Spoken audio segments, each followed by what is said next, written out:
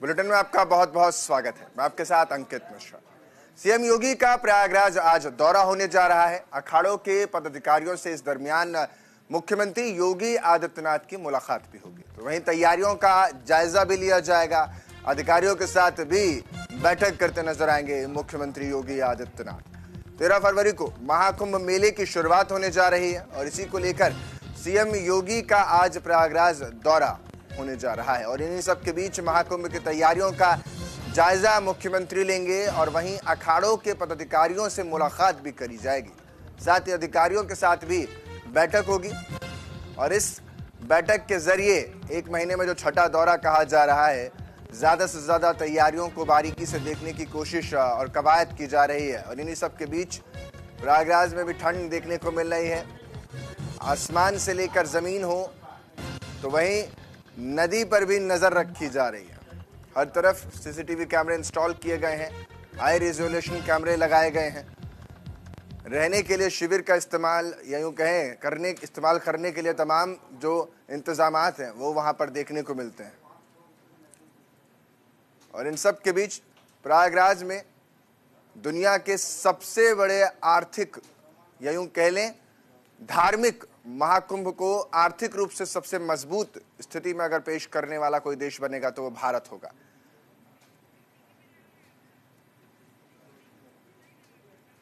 तो मेरे सहयोगी ज्यादा जानकारी के साथ नीरज मिश्रा हमारे साथ लखनऊ से जुड़ रहे हैं। नीरज, एक बड़ी तैयारी है और इसके जरिए एक काफी मोटी रकम भी इसमें लगाई गई है और यूं कहूं कि दुनिया का सबसे बड़ा आयोजन, धार्मिक आयोजन है, आर्थिक लिहाज से भी और धार्मिक लिहाज से। तो क्या कुछ आप इससे देख पाते हैं और बता पाएंगे?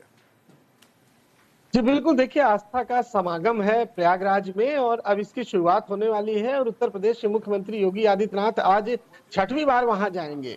वहां पर अखाड़ों के जो पदाधिकारी हैं उनसे मुलाकात करेंगे और इसके साथ ही कुंभ की तैयारियों का जायजा लेंगे। अधिकारियों के साथ बैठक लेंगे कि आखिर कोई व्यवस्था में कमी तो नहीं रहेगी, क्योंकि सिर्फ 2 से 3 दिन बचा हुआ है इसकी शुरुआत होने में, तो लिहाजा कोई भी कोर कसर छोड़ना नहीं चाहते मुख्यमंत्री और लगातार अपने दौरे के माध्यम से अधिकारियों को सचेत कर रहे हैं कि और कुंभ के दौरान भी जब चूंकि 45 दिन का कुंभ है और 45 दिन के अंदर कम से कम 15 बार मुख्यमंत्री वहां पर होते हैं, जैसे 2019 में हो गए थे। प्रधानमंत्री आते हैं, राष्ट्रपति आते हैं, तो बहुत ही भव्य तरीके से देश के सभी गणमान्य लोग तो आते हैं, साथ ही विदेशों से भी तमाम बड़े लोग आते हैं, तो कोई भी कमी न रहे और इसकी ख्याति विश्व स्तर पर रहती है। तो इसलिए मुख्यमंत्री लगातार, चूंकि उनके ऊपर जिम्मेदारी भी है, वो संत भी हैं, और इसलिए उनका विशेष लगाव रहता है इस तरह के आयोजनों से और उसको वो खुद मॉनिटरिंग करते रहते हैं। नीरज, इस बार 13 जनवरी से जब शुरुआत होगी तो कौन कौन से गणमान्य अतिथि वहां पर उपस्थित हो सकते हैं, जो सूत्र जानकारी दे रहे हैं?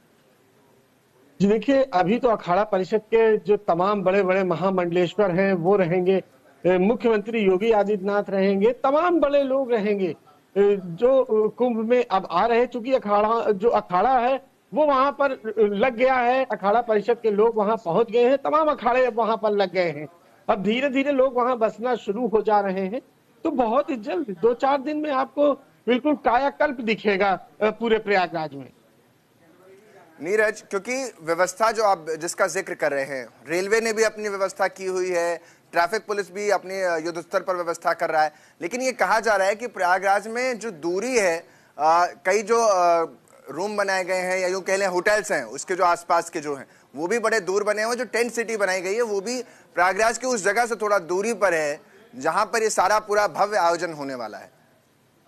देखिए, जो भव्य आयोजन हो रहा है वो बहुत बड़े परिक्षेत्र में हो रहा है। अगर कहा जाए तो फाफा मऊ से लेकर और संगम से होता हुआ नैनी तक, चूंकि बहुत बड़े विस्तृत क्षेत्र में कुंभ के पूरे टेंट लगे हुए हैं, तो सब कुछ एक जगह पर अगर संकुचित कर दिया जाएगा तो निश्चित तौर पर अव्यवस्था हो जाएगी, बड़ी दुर्घटना घट जाएगी।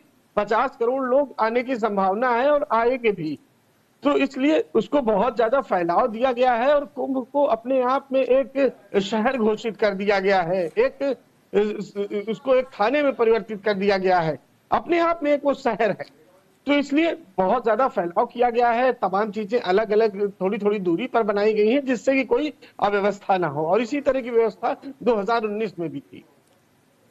नीरज, इस पूरे एक अलग से जिला बना दिया गया है जिसका नाम कुंभ नगरी देखा गया है, कुंभ नगर है। तो इसमें खास तौर पर जो लोग सैलानी के तौर पर देखना चाहते हैं, एक तो हो गया श्रद्धालुओं को तो खैर उम्मीद भी रहती है और वो हर साल ऐसे कई बड़े बड़े आयोजनों में जाते भी हैं और देश के अलग अलग हिस्सों में भी, ऋषिकेश हो, उत्तराखंड हो, हिमाचल हो, हर जगह पर कुछ अलग अलग स्तर पर आयोजन होते हैं। लेकिन जो सैलानी है, जो देखना चाहते हैं क्योंकि भव्यता और दिव्यता वहां नजर आ रही है, उनके लिए क्या कुछ व्यवस्था की गई है वहां पर खास तौर पर? देखिए, हर तरह की व्यवस्था की गई है। उनके रहने के इंतजाम किए गए हैं, उनके खाने के लिए इंतजाम किए गए हैं, गर्म पानी की व्यवस्था की गई है। हर तरह से तैयार है प्रयागराज कुंभ का स्वागत करने के लिए और उसकी दिव्यता को किस तरह से अधिक बढ़ाने के लिए मुख्यमंत्री खुद मॉनिटरिंग कर रहे हैं। तो आप समझ सकते हैं कि किसी भी तरह की कोर कसर नहीं छोड़ी जा रही है। बहुत बहुत शुक्रिया नीरज तमाम जानकारी देने के लिए। तो नीरज जानकारी दे रहे थे, आज मुख्यमंत्री का प्रयागराज का दौरा रहने वाला है। इस दरमियान अधिकारियों से भी मुलाकात होगी और जो अलग अलग मंडलों के अध्यक्ष उनसे भी मुलाकात करते नजर आएंगे।